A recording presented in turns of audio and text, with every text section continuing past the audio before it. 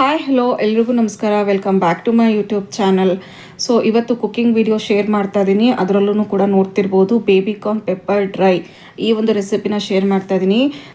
ಟ್ಯಾಂಗಿಯಾಗಿ ಹಾಗೆ ತುಂಬ ಸ್ಪೈಸಿಯಾಗಿ ಒಂಥರ ನಾಲ್ಗೆಗೆ ರುಚಿ ಕೊಡುತ್ತೆ, ಸಖತ್ತಾಗಿರುತ್ತೆ ಈ ಒಂದು ರೆಸಿಪಿ. ಆ ರೀತಿ ನಿಮ್ಗೆ ಏನಾರು ಟೇಸ್ಟ್ ಬೇಕು ಅನ್ನೋದಾದರೆ ಕಂಪ್ಲೀಟಾಗಿ ಈ ವಿಡಿಯೋನ ಸ್ಕಿಪ್ ಮಾಡ್ದಲ್ಲೇ ಇರೋ ರೀತಿ ನೋಡಿ. ಯಾಕೆಂದರೆ ಕೆಲವೊಂದು ಟಿಪ್ಸ್ನ ಬಳಸ್ಕೊಂಡು ಈ ರೆಸಿಪಿನ ಮಾಡೋದ್ರಿಂದ ಸಖತ್ ಕ್ರಂಚಿಯಾಗಿ ನಾವು ಅದನ್ನು ಟೇಸ್ಟಿಯಾಗಿ ಮಾಡ್ಕೊಳ್ಬೋದು. ಸೊ ಬೇಬಿಕಾರ್ನ್, ಮಶ್ರೂಮ್ ಹಾಗೆ ಕಾಲಿಫ್ಲವರ್ ಯಾವುದನ್ನು ಬೇಕಾದ್ರೆ ಅಂದರೆ ಹೂಕೋಸು ಯಾವುದನ್ನು ಬೇಕಾದ್ರೆ ಉಪಯೋಗಿಸ್ಕೊಂಡು ನೀವು ಈ ಒಂದು ರೆಸಿಪಿನ ಟ್ರೈ ಮಾಡ್ಬೋದು. ತುಂಬಾ ಚೆನ್ನಾಗಾಗತ್ತೆ. ಸೊ ಯಾವ ರೀತಿ ಮಾಡೋದು ಅನ್ನೋದನ್ನು ನೋಡೋಣ. ಅದಕ್ಕೂ ಮುಂಚೆ ಇನ್ನೂ ಕೂಡ ವಿಡಿಯೋ ನೋಡ್ತಿರೋರು ಸಬ್ಸ್ಕ್ರೈಬ್ ಆಗಿಲ್ಲ ಅಂದರೆ ಚಾನಲ್ಗೆ ಸಬ್ಸ್ಕ್ರೈಬ್ ಮಾಡ್ಕೊಳ್ಳಿ. ಹಾಗೆ ಈ ವಿಡಿಯೋ ನಿಮ್ಗೆ ಏನಾರು ಇಷ್ಟ ಆಯಿತು ಅಂತಂದರೆ ಪ್ಲೀಸ್ ಲೈಕ್ ಮಾಡಿ, ಶೇರ್ ಮಾಡಿ ಅಂತ ಹೇಳ್ತಾ once again welcome back. So recipe ಯಾವ ರೀತಿ ಮಾಡೋದು ಅನ್ನೋದನ್ನು ನೋಡೋಣ.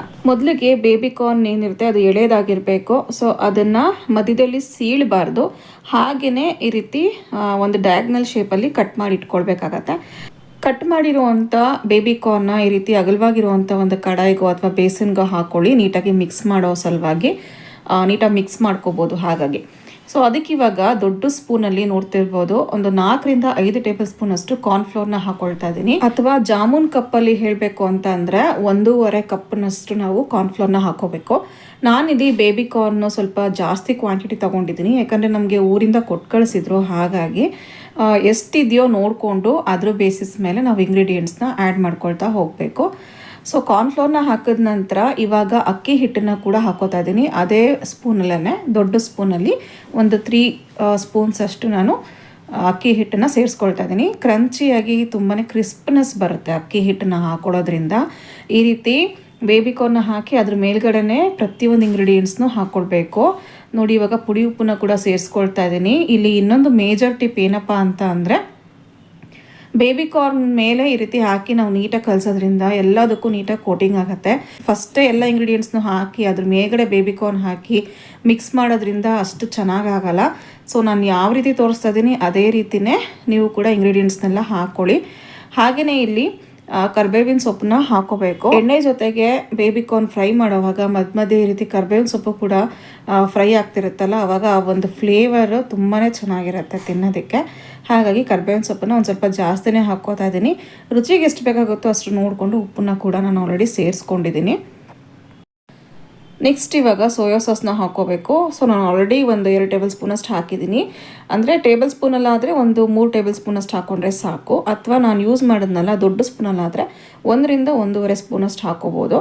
ನೆಕ್ಸ್ಟ್ ಶುಂಠಿ ಬೆಳ್ಳುಳ್ಳಿ ಪೇಸ್ಟ್, ಜಿಂಜರ್ ಗಾರ್ಲಿಕ್ ಪೇಸ್ಟ್ ಇದನ್ನು ಕೂಡ ನೈಸಾಗಿ ಪೇಸ್ಟ್ ಮಾಡಿ ಇಟ್ಕೊಂಡಿದ್ದೀನಿ.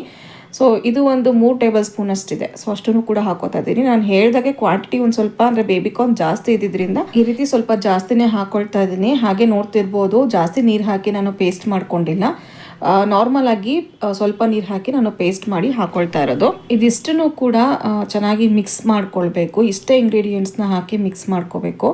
ಯಾವ ರೀತಿ ಮಿಕ್ಸ್ ಆಗಬೇಕು ಅಂತಂದರೆ ನೀಟಾಗಿ ಅದು ಪ್ರತಿಯೊಂದು ಬೇಬಿಕಾರ್ನ್ಗೂ ಕೂಡ ಕೋಟ್ ಆಗಬೇಕು. ಆ ರೀತಿ ಮಿಕ್ಸ್ ಮಾಡ್ಕೊಳ್ಳಿ.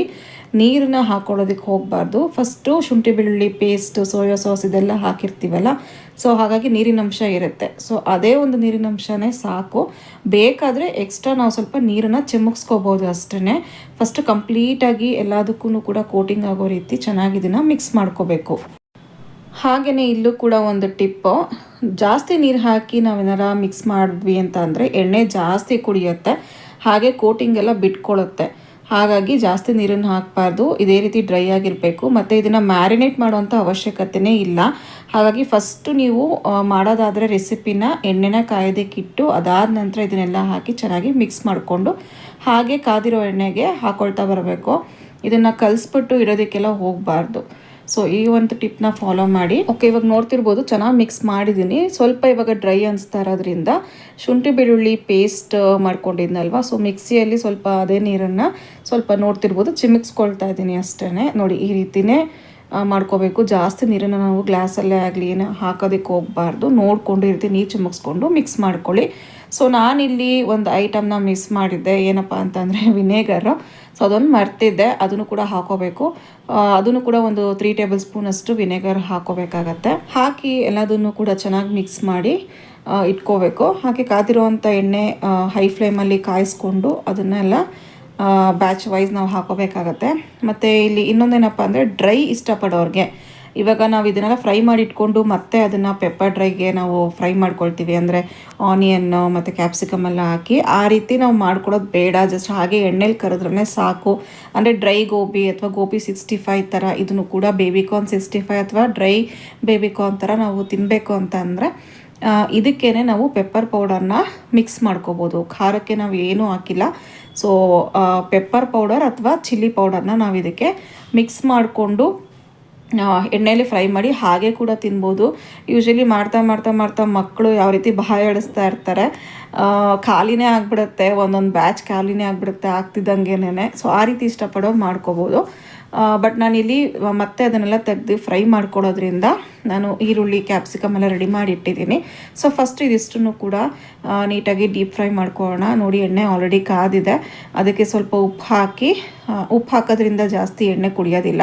ಹಾಗೆ ಚೆನ್ನಾಗಿ ಕಾಯಿಸ್ಕೋಬೇಕು. ಫ್ಲೇಮ್ ಚೆನ್ನಾಗಿ ಅಂದರೆ ಐ ಫ್ಲೇಮಲ್ಲೇ ಇದಿಷ್ಟನ್ನು ನಾವು ಫ್ರೈ ಮಾಡ್ಕೋಬೇಕಾಗತ್ತೆ. ಇದನ್ನು ಮೀಡಿಯಮ್ ಫ್ಲೇಮ್ಗೆ ಆಗಲಿ ಅಥವಾ ಲೋ ಫ್ಲೇಮ್ಗೆ ಆಗಲಿ ಇಟ್ಕೊಳ್ಳೋದು ಬೇಡ. ಹೈ ಫ್ಲೇಮ್ನಲ್ಲೇ ಇಟ್ಟು ಎಣ್ಣೆ ಚೆನ್ನಾಗಿ ಕಾದ ನಂತರನೇ ನಾವು ನೆಕ್ಸ್ಟ್ ಬ್ಯಾಚ್ ಏನಾಗ್ತೀವಿ ಹಾಕ್ಬಿಟ್ಟು ನಾವು ಡೀಪ್ ಫ್ರೈ ಮಾಡ್ಕೋಬೇಕು. ತುಂಬ ಕ್ರಂಚಿಯಾಗಿ ಬರುತ್ತೆ, ಹಾಗೆ ಚೆನ್ನಾಗೂ ಆಗುತ್ತೆ. ಸೊ ನೋಡ್ತಿರ್ಬೋದು, ಎಣ್ಣೆ ಕಾದಿದೆ.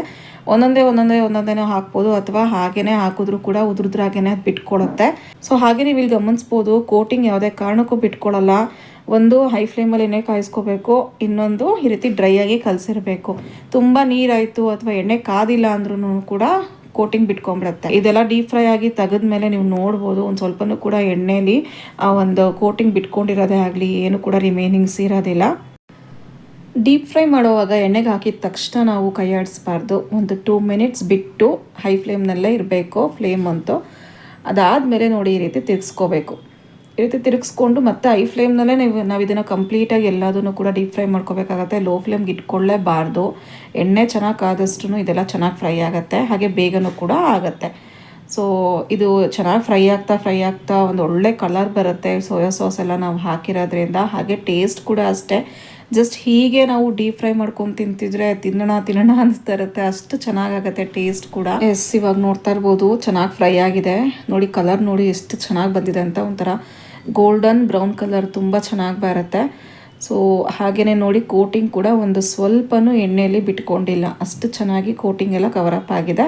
ಸೊ ಇವಾಗ ಸಪ್ರೇಟಾಗಿ ಈ ರೀತಿ ಇದನ್ನೆಲ್ಲ ತೆಗೆದಿಟ್ಕೊಳ್ತಾ ಇದ್ದೀನಿ. ಇದೇ ರೀತಿಯೇ ಬೇಬಿಕಾರ್ನ್ ಎಲ್ಲದನ್ನು ಕೂಡ ಫ್ರೈ ಮಾಡಿ ಲಾಸ್ಟಲ್ಲಿ ಇದನ್ನು ಮತ್ತು ಈರುಳ್ಳಿ ಕ್ಯಾಪ್ಸಿಕಮ್ ಎಲ್ಲ ಹಾಕಿ ಫ್ರೈ ಮಾಡ್ಕೋಬೇಕು. ಸೊ ನಾನು ಇದನ್ನು ಫಸ್ಟ್ ಡೀಪ್ ಫ್ರೈ ಮಾಡಿ ಇಟ್ಕೊಳ್ತೀನಿ. ಹಾಗೆ ಪ್ರತಿ ಸತಿ ಬೇಬಿಕಾರ್ನ ನಾವು ಎಣ್ಣೆಗೆ ಹಾಕುವಾಗಲೂ ಕೂಡ ಒಂದು 30 ಸೆಕೆಂಡ್ಸ್ ಚೆನ್ನಾಗಿ ಎಣ್ಣೆ ಸ್ವಲ್ಪ ಕವ ಬರ್ಸ್ಕೊಂಡು ಆಮೇಲೆ ನಾವು ಹಾಕೋಬೇಕು. ಆವಾಗ ಸಖತ್ ಕ್ರಂಚಿಯಾಗಿ ಚೆನ್ನಾಗಿ ಫ್ರೈ ಆಗುತ್ತೆ. ಬೇಬಿಕಾರ್ನ್ ಎಲ್ಲ ಫ್ರೈ ಮಾಡಿ ಇಟ್ಟಿದ್ದೀನಿ. ಫ್ರೈ ಮಾಡಿ ಇಟ್ಟರೆ ಮಕ್ಕಳು ಬಿಡ್ತಾನೆ ಇಲ್ಲ, ಒಂದೊಂದೇ ಕೇಳ್ತಾನೆ ಇದ್ರು. ಸ್ವಲ್ಪ ನಾನು ಒಂದು ಬೌಲಿಗೆ ಹಾಕ್ಕೊಟ್ಬಿಟ್ಟಿದ್ದೆ, ಇನ್ನೇನು ಮಾಡೋದು ಅಂತ ಅಂದ್ಬಿಟ್ಟು. ಸೊ ಈಗ ನೆಕ್ಸ್ಟು ಈರುಳ್ಳಿ ಮತ್ತು ಕ್ಯಾಪ್ಸಿಕಮ್ ಎಲ್ಲ ಫ್ರೈ ಮಾಡೋಣ ಅಂತ ಅಗಲವಾಗಿರುವಂಥ ಕರಾಯಿ ಇಟ್ಟಿದ್ದೀನಿ. ಇದಕ್ಕೆ ಸ್ವಲ್ಪ ಎಣ್ಣೆ ಹಾಕೋಬೇಕು.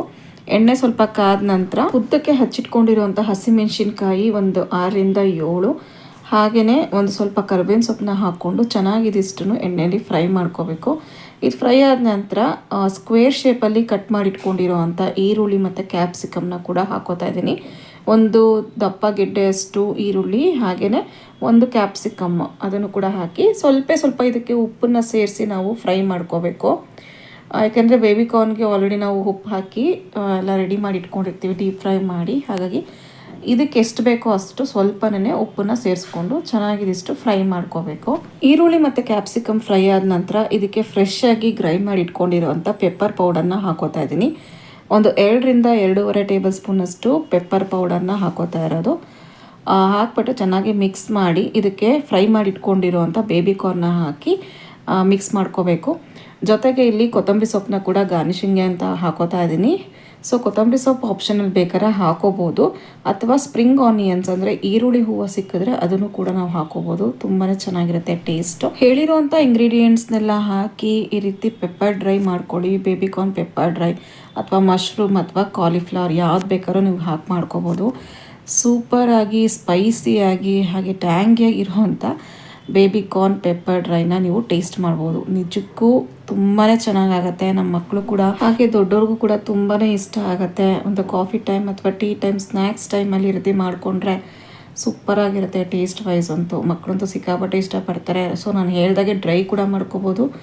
ಅಂದರೆ 65 ಬೇಬಿಕಾರ್ನ್ 65 ಥರನೂ ಮಾಡ್ಕೋಬೋದು ಅಥವಾ ಹೀಗೂ ಮಾಡ್ಕೋಬೋದು. ನಿಜಕ್ಕೂ ಮಾಡಿ ತುಂಬಾ ಬೇಗ ನಮ್ಮ ಮನೇಲಿ ಖಾಲಿ ಆಗೋಯಿತು. ಅಷ್ಟು ಚೆನ್ನಾಗಾಗಿತ್ತು. ಸೊ ಒಂದ್ಸತಿ ಈ ರೀತಿ ರೆಸಿಪಿನ ಟ್ರೈ ಮಾಡಿ ಅಂತ ಹೇಳ್ತಾ, ಹೋಪ್ ನಿಮಗೆ ಈ ವಿಡಿಯೋ ಇಷ್ಟ ಆಯಿತು ಅಂತ ಅಂದ್ಕೊಳ್ತೀನಿ. ಇಷ್ಟ ಆದರೆ ಪ್ಲೀಸ್ ಲೈಕ್ ಮಾಡಿ, ಶೇರ್ ಮಾಡಿ, ಹಾಗೆ ಇನ್ನೂ ಕೂಡ ಸಬ್ಸ್ಕ್ರೈಬ್ ಆಗ್ದಲೇ ನೋಡ್ತಿರೋರು ಪ್ಲೀಸ್ ಸಬ್ಸ್ಕ್ರೈಬ್ ಮಾಡ್ಕೊಡಿ ಅಂತ ಹೇಳ್ತಾ, so meet you the next vlog. Until then thanks for watching.